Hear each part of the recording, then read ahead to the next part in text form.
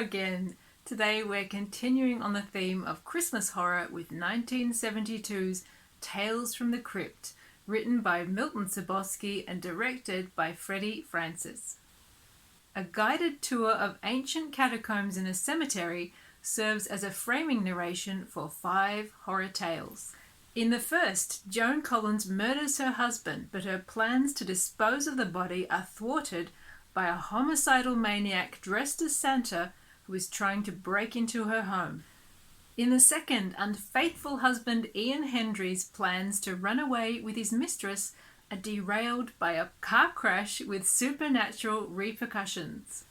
In the third, when snobby neighbours start a terrible hate campaign to drive elderly dustman Mr. Grimsdyke, Peter Cushing, from their neighbourhood, they don't reckon on Mr. Grimsdyke's interest in the occult. Mr. Grimsdyke will show them that revenge is a dish best served cold as the grave.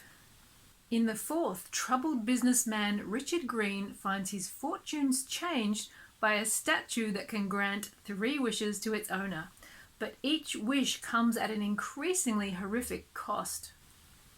In the fifth, the new supervisor at a home for elderly blind men deprives residents of heat and food in an effort to increase profits. But when one of the residents dies, the other residents enact a brutal revenge. Tales from the Crypt is a solid, slick, and classy horror anthology. It is a fantastic example of what Amicus did best. It's distinguished by a strong cast of big-name actors, great production values, a really tight script, and the steady hand of legendary director and cinematographer Freddie Francis at the helm.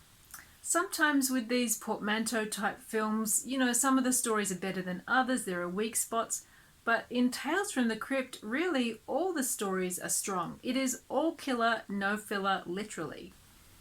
And I guess the interesting thing about the stories in this anthology is that they are all very much morality tales. If I had to pick one that I liked less than the others, I would probably pick the final one set in the home for blind men, only because it's so unrelentingly bleak, not because it's poor storytelling or poor acting. Equally, if I had to pick a top story out of this selection, that's pretty difficult too, and I think I'd probably go for the first one with Joan Collins for its originality and the very intense level of creepiness it manages to get out of Santa Claus and Christmas carols. This story for me really gets into that concept of the uncanny, where things that are familiar become unfamiliar and very disturbing. And I think the film achieves this through the use of Christmas carols as a soundtrack to Joan Collins being stalked around the house by this homicidal maniac dressed as Santa. The Grimsdyke story is the other standout for me, and I think this is largely due to Peter Cushing's very poignant performance as Mr. Grimsdyke. Peter Cushing is just so sympathetic as the very kindly man subjected to a horrible hate campaign by his neighbours, and I think it's this kindliness and gentleness that makes his revenge at the end all the more shocking. Another great asset of this film is its very strong special effects. Even for 1972, I think these special effects stand up very well.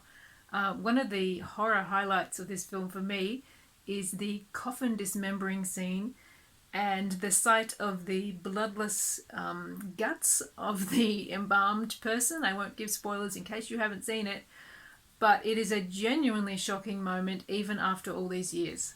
The Grimsdyke zombie makeup is also an outstanding feature of this film, and it looks fantastic on the screen.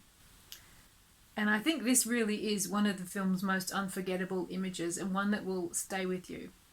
The only weak point in the special effects for me in this film was the poster paint red blood in the first segment.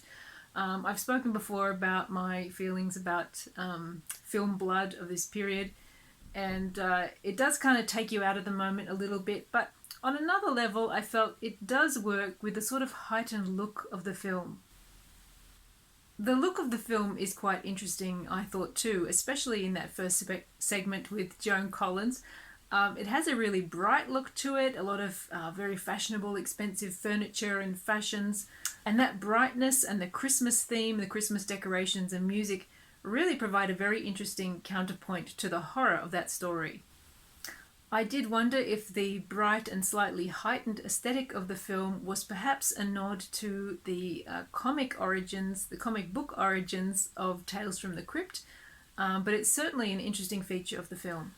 I would highly recommend this film if you're in the mood for some classic quality horror storytelling. If you enjoy your horror with big name stars, if you want to see a great example of Amicus doing what they did best, Tales from the Crypt is a solid, entertaining, and beautifully executed movie. It's really only the first story in the anthology that has the Christmas theme, but I think that is so memorable, so disturbing, and gives such a creepy edge to Santa and Christmas that it does qualify as a Christmas horror movie.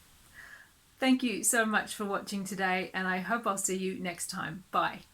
Who's next? Perhaps you?